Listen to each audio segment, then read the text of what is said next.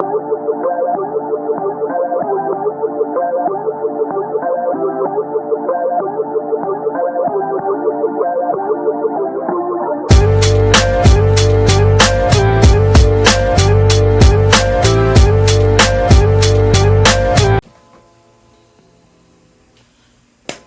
up, guys, my favorite people, and welcome back to Titans Review. I'm here to continue the story of Carnage, Absolute Carnage, Part 1 by Donny Cates. And we're going to be going over the rest of the first issue of Carnage, Absolute Carnage. And as we left off last time, we were talking about how Spider-Man and Eddie Brock were in the diner, and they were talking about the kid that they were with, and also Carnage and what Carnage was doing. And they finally figured out, that Carnage is going around collecting the people who actually wore in the symbiote within Marvel history. So they've been collecting. Carnage has been collecting all the codices, which is the plural of codex. I just learned that, so codices. So we continue on from that area, and we're there in the diner, and Spider-Man and Eddie Brock finally figured, hey, we got to figure out how to get these codexes or codices out of the old host before Carnage can take him out. Because Carnage is going around and he's killing them, but we gotta find a non-invasive way to pull out these codices. So as they go along, Eddie Brock says, "Yeah, I think I might know a guy because Spider-Man mentions Reed Richards, which is basically the smartest man in the Marvel universe." And Spidey, like he says, he tells Eddie, we should go check out Reed Richards and see if he can find a solution to our problem. But Eddie does him one better and says, I think I know a guy. So then in the next panel, you see Eddie and Spidey, they swinging in, and Eddie's got his son with him. They swing into some abandoned warehouse where there's this guy in the... I don't know if you guys could recognize him, but this is the alternate universe Reed Richards. So, yeah, they went to Reed Richards, but they went to the alternate universe Reed Richards, which Eddie knows. Eddie Brock knows him from way back, you know what I'm saying? And then during War of Realms, Reed Richards was like out of sight, out of mind, and he was in the background.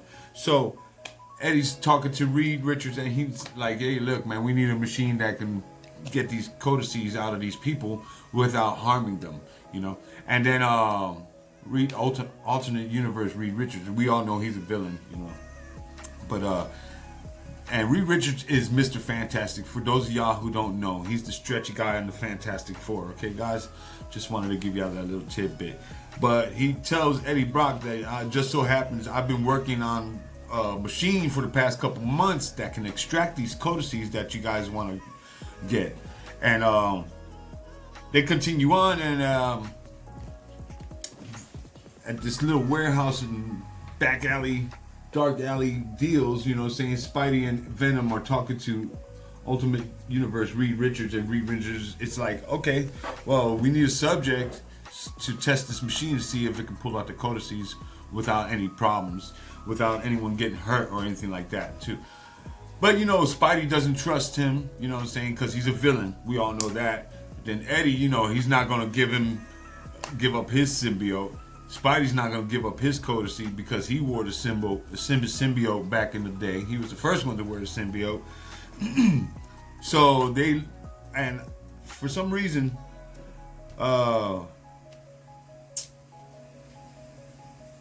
one second. For some reason, Spidey is here at the warehouse, and he brings his godson with him, which is Norman Osborn's son. So if you guys are into Spider-Man, there was some kind of saga that was going on where the Green Goblin got a hold of the Carnage symbiote. And we all know Carnage symbiote is mad and it's insane. And we really know that the Green Goblin is already insane and crazy and membrane. We all know that already.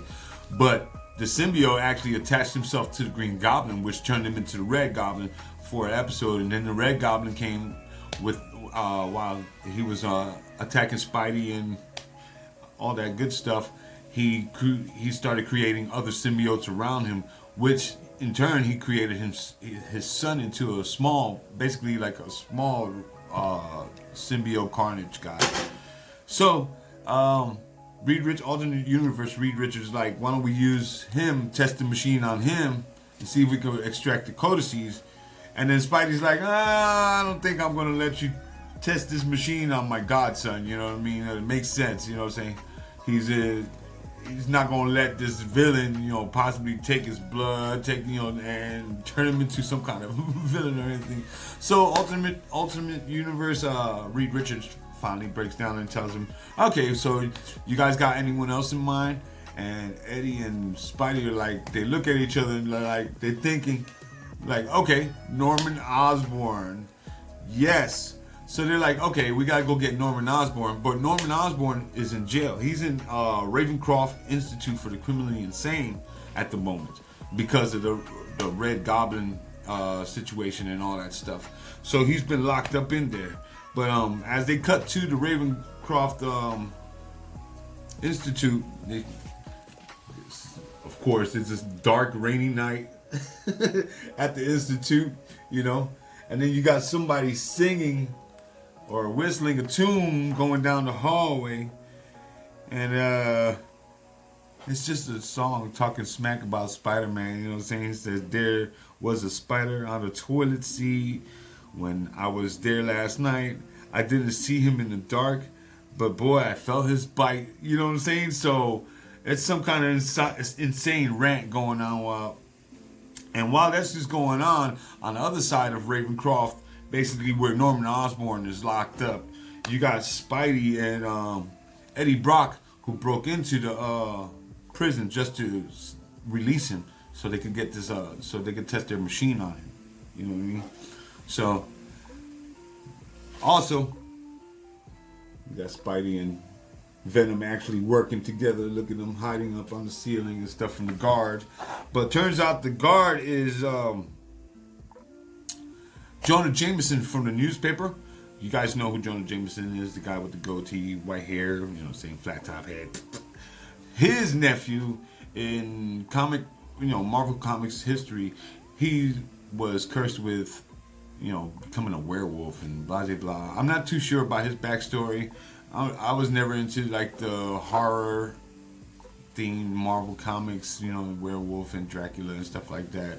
That wasn't my cup of tea. But anyways, this is John Jameson, J. Jonah Jameson's son, who works at Ravencroft. So basically, Spider-Man had hit him up and told him, hey, look, man, we need some help getting in there. And since he works at that jail, he shows up and he's like, he doesn't know that Spider-Man is working with Venom. As a matter of fact, he turns around and he's like, Spidey, behind you, you know what I'm saying? It's Venom, So he's like, nah, he's with me, So they're like, okay. They move on to Norman Osborn's cell. But while they're walking and talking, Norman Osborn, to Norman Osborn's cell, you got Eddie and John Jameson talking about, they're just measuring guns, we could say. And they're like, yeah, I don't think you could take me if I was turned into a werewolf and blah, blah, blah. And he's talking smack to Eddie, and Eddie's talking smack back to John Jameson. And at the same time, Spidey's like, let's knock this out, because right now we're here to do one thing, and just get Norman Osborn so we can get this codex out of him. So they go on and they finally make it to the cell. But this whole time, somebody else was in the jail walking through and singing that song. Come to find out that John Jameson was infected during Carnage USA comic books, was infected by Carnage and basically made to be a drone, like a sleeping drone or a sleeping agent, until he was needed by Carnage. But so it's Carnage who's walking through the jail on the other side.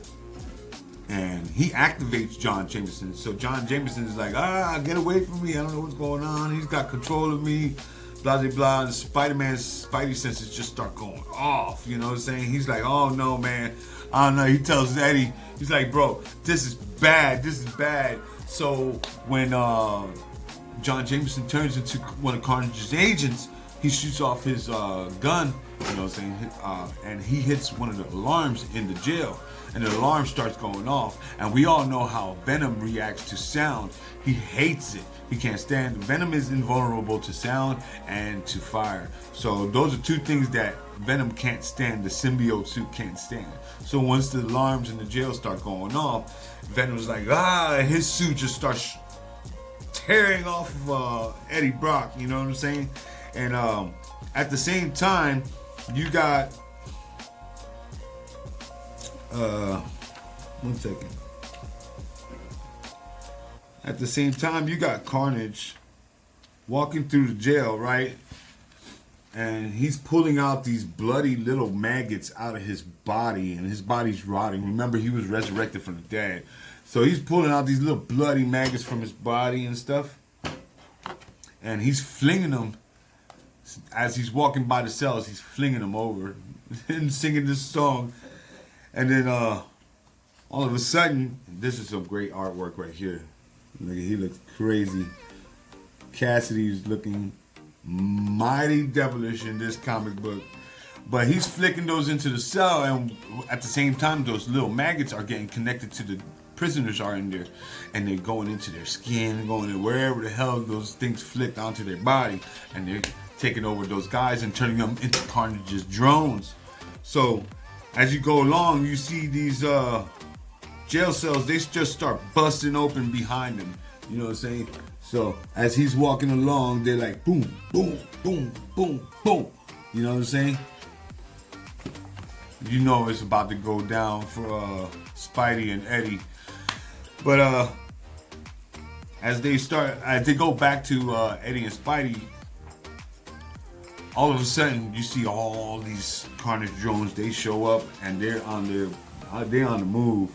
They're on the move along with Carnage right there and his little drones crawling on the walls and stuff. It reminds me of the movie Aliens when they were coming towards them in the hallway and they were all on the walls, the ceiling, and on the floor crawling and shit. No, it's crazy. But yeah, man. So basically, all those drones and Carnage meet up with Spider-Man at the Green Goblin's jail cell. You know what I mean? So they all show up there. Spidey and Eddie, they're tussling throughout all that, all those Carnage drones, all those old prisoners, you know what I mean? And Carnage just catches up. Spidey is like, boom, I finally got your ass, you know what I'm saying? Excuse my language. Oops. But anyways, man, it's getting exciting. During the fight, though, you got Spidey and Eddie, they break through Norman Osborn's cell door, and Norman's just sitting there. He's covered in blood, and blood's dripping all over him because he's been like sadomasochism, you know, masochists, whatever. They cut themselves all over their body and stuff. And basically, he's lost his mind ever since he had that Carnage symbiote take over his body and his mind. So, in fact, he doesn't even think he's Norman Osborn anymore. He really thinks that he's Cassidy, that he is Carnage. He really is a part of Carnage. So, you know, you saw Spider-Man on the floor because they busted through the door, and he's already jacked up from that fight right there. But those symbiotes are Carnage symbiotes are still coming after him in the story.